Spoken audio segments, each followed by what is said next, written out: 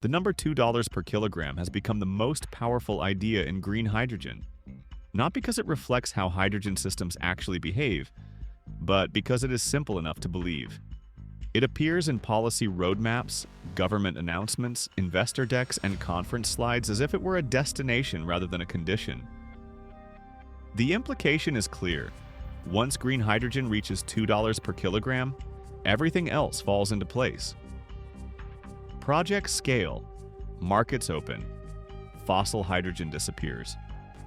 The energy transition accelerates, but the reality is that most green hydrogen projects will never reach $2 per kilogram. Not because developers are failing, but because the number itself is being misunderstood and applied far outside the narrow conditions where it can exist. $2 per kilogram did not come from physics, engineering constraints, or long-term project finance realities. It came from policy alignment. Governments needed a clean benchmark to justify incentives and industrial transition strategies.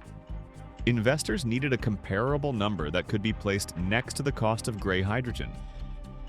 Over time, this benchmark hardened into an expectation. What was originally meant to describe a best-case scenario slowly became framed as a baseline outcome. The result is a widening gap between how green hydrogen is discussed and how green hydrogen actually behaves in real systems. At the core of this gap is a simple but often ignored fact.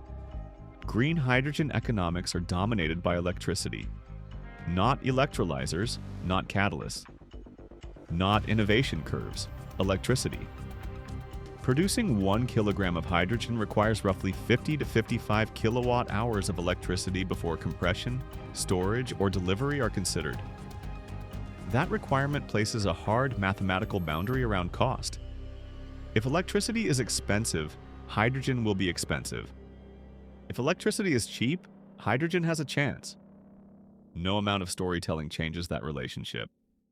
When electricity costs $20 per megawatt hour, power alone contributes just over $1 per kilogram of hydrogen.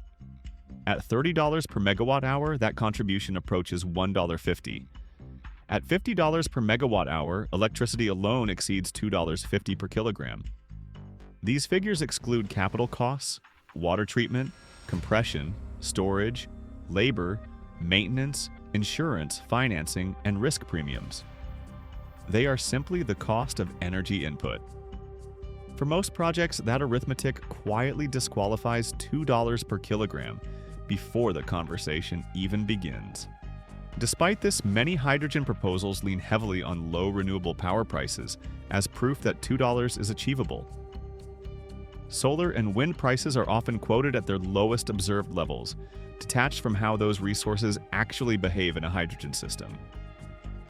Renewable electricity is intermittent by nature, while electrolyzers are capital-intensive assets that only make economic sense when operated at high utilization. This mismatch is one of the most important structural tensions in green hydrogen, and it is rarely resolved cleanly.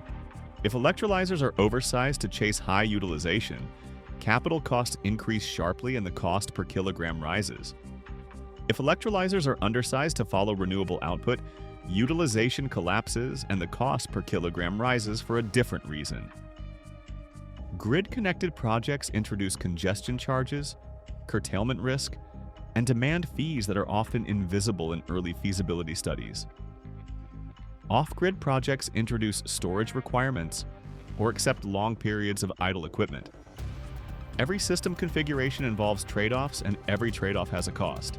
Capacity factor assumptions are where many hydrogen projects quietly fail.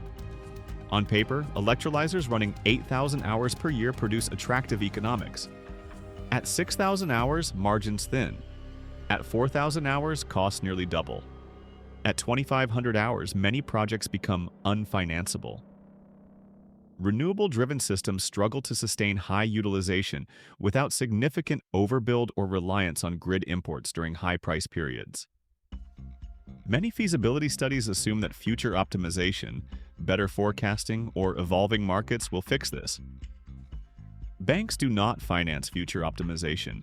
They finance conservative scenarios. Another persistent belief is that electrolyzer cost reductions will save hydrogen economics. Electrolyzers are often compared to solar panels, with the assumption that scale and learning curves will drive dramatic cost declines. But electrolyzers are fundamentally different.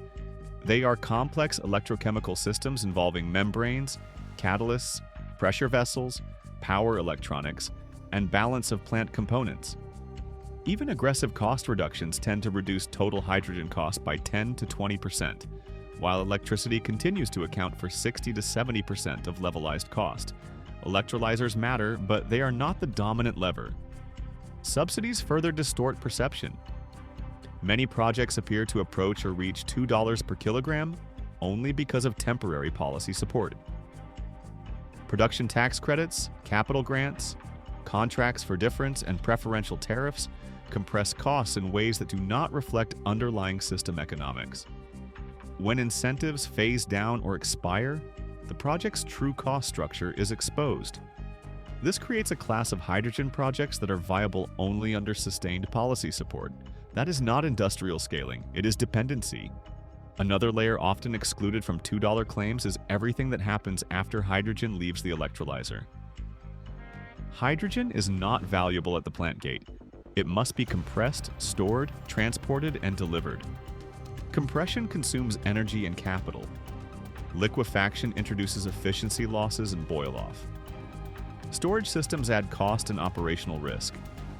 Pipelines face embrittlement challenges. Trucking and port handling introduce logistics complexity. A project producing hydrogen at $2 per kilogram can easily deliver it at $4, $5, or $6. Off-takers care about delivered price, not production narratives. There are environments where $2 per kilogram is achievable, but they are narrow and specific.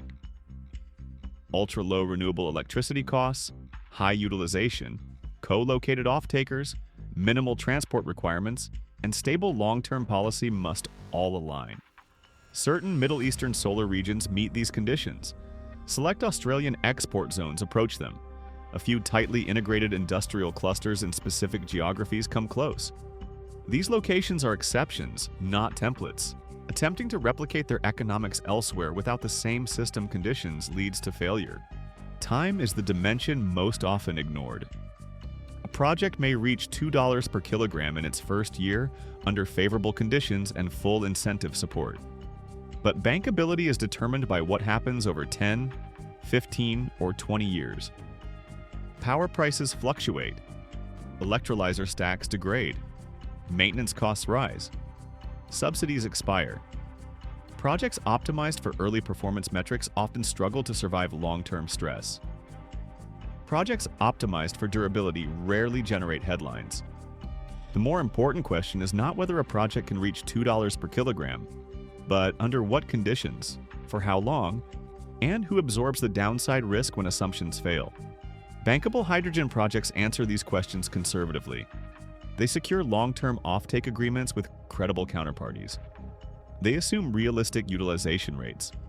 They model power prices defensively rather than optimistically. They scale modularly instead of betting everything on megaplants. They stress test financials against volatility, degradation, and policy change. These projects may look unexciting, but they get financed. The danger of the $2 myth is not disappointment. It is misallocated capital. When investment flows into structurally weak hydrogen projects, it crowds out capital that could be deployed into solutions that already work or into hydrogen applications that are genuinely competitive. This slows decarbonization rather than accelerating it. Green hydrogen is not a universal fuel. It is a precision industrial input that works only when systems align. This distinction matters because hydrogen's real value lies in specific applications where electrification is impractical or impossible. Steelmaking, certain chemical processes, seasonal energy storage, and tightly integrated industrial clusters can justify hydrogen under the right conditions. Treating hydrogen as a general-purpose energy carrier that simply needs to cross a cost threshold obscures this reality and leads to disappointment when expectations collide with physics. If you are developing, evaluating, or financing hydrogen projects and want to separate structural reality from marketing narratives, H2 Hub by ReneEnergy exists for exactly this reason. It is designed to break hydrogen projects down at the system level examining power pricing, utilization, degradation, delivery costs, and long-term risk in an integrated way. H2 Hub is not about selling a vision of hydrogen. It is about understanding where hydrogen survives under pressure and where it does not.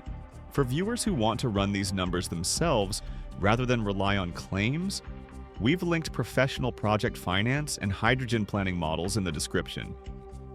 These are the same types of tools used to stress test power prices, capacity factors, and delivery costs before investment decisions are made. They are optional resources for those who want to engage at the execution level.